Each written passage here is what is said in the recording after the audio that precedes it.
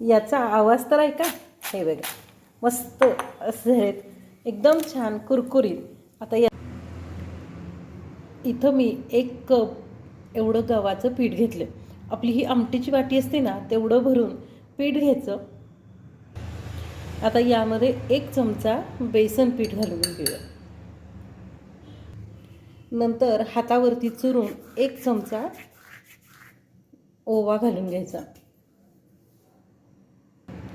1 चमचा जिरे घ्यायचे, ते सुद्धा हातावरती चांगले चुरायचे.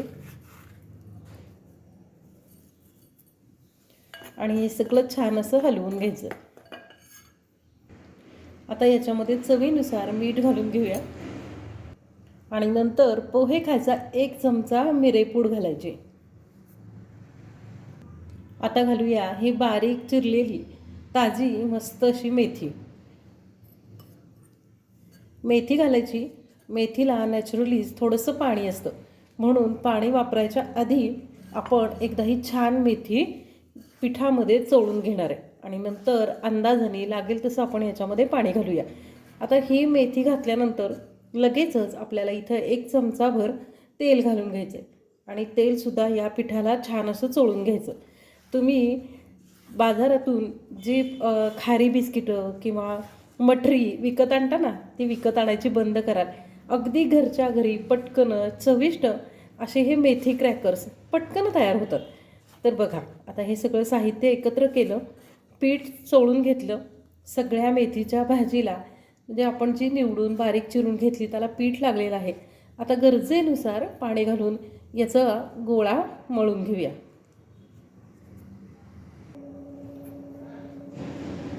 इथं मी 1 वाटीभर पाणी घेतलं, पण वाटीभर एवढं लागणार नाही आहे. अंदाजाने थोडं थोडं करत पाणी घालून घ्यायचं. तर आता अगदी थोडंसं पाणी घालून पीठ अजून आपण मळून घेतलेलं नाही आहे. तर या स्टेपला आपल्याला इथं या पिठामध्ये 1 मोठा चमचा भरून रवा घालून घ्यायचा आहे. रवा बारीक रवा घालून घ्यायचा बरं का, म्हणजे मग आपली ही मटरी जी आहे ना, ती खुसखुशीत होते आणि तेल जास्त पीत नाही.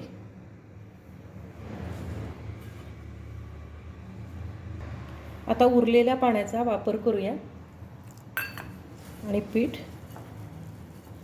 एकसारखं करून मळून घेऊया. तर बघा, हा पिठाचा घट्टसर असा गोळा मळून तयार झाला आहे. आता अगदी 5 मिनिटासाठी आपण हा झाकून ठेवूयात आणि पुढची रेसिपी करूयात. आता तोपर्यंत तुम्ही व्हिडिओ लाईक करून चॅनल सबस्क्राईब करून घ्या. तर आता बघा, आपलं पीठ छान असं भिजलं आहे. आता या पिठाचे छोटे छोटे गोळे तयार करून घेऊया. आणि आपल्याला हे लाटताना ना अगदी पातळ लाटायचं आहे. आणि नंतर एक मस्त अशी ट्रिक सांगणार आहे की ज्याच्यामुळं याची चव आणखीन दुप्पट वाढेल आणि हे 1 महिनाभर टिकतील. तर आता थोडंसं याला पीठ लावून घ्यायचं आणि नंतर हे आपण लाटून घेऊया.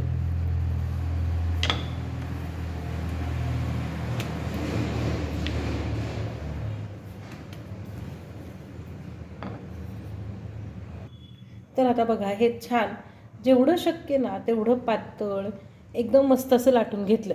आपण इथं मेथीची पानं जास्त वापरलीत, देठ वापरलेला नाही आहे, त्यामुळं ना हे फाटायचा प्रश्नच येत नाही. तर आता हे कट करून घेऊया. आपल्याला ज्या आकारात हवेत ना त्या आकारात आपण हे कट करून घ्यायचे. तुम्ही याला गोल आकार दिलात ना तरीही चालेल. बाजारामध्ये खूप महाग मिळणारा पदार्थ आज आपण घरच्या घरी अगदी पटकन मस्त असा तयार करतो. तर हे बघा, असं कट करून घेऊया.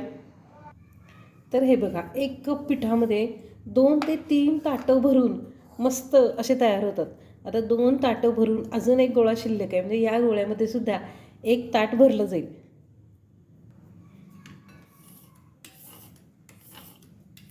तर हे बघा, एकदमच मी सगळे लाटून कट करून ठेवते.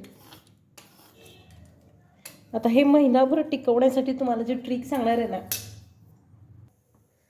ती म्हणजे आपल्याला अगदी कडक तेलामध्ये हे छान खरपूस असे तळून घ्यायचे.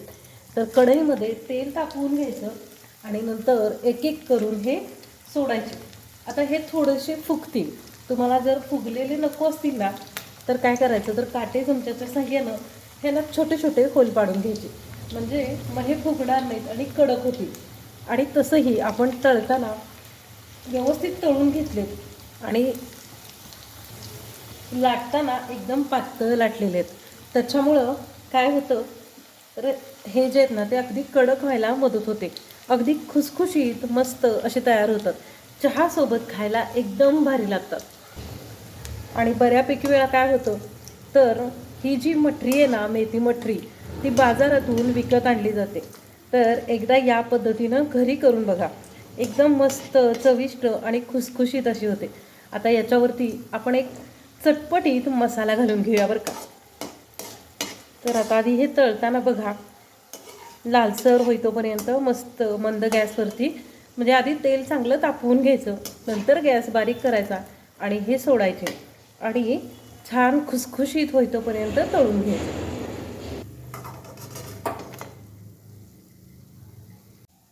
याचा आवाज तर ऐका, हे बघा मस्त असा आवाज येतो की नाही, अगदी चवीनुसार लाल तिखट आणि अगदी एक चमचाभर चाट मसाला घालून घ्यायचं, छान हलवायचं. हा, चहासोबत खायला टी टाईम स्नॅक्स तयार आहे. तर आता बाजारातून विकत आणायची काहीच गरज नाही, अगदी झटपट तुम्ही घरी करू शकाल. हे बघा.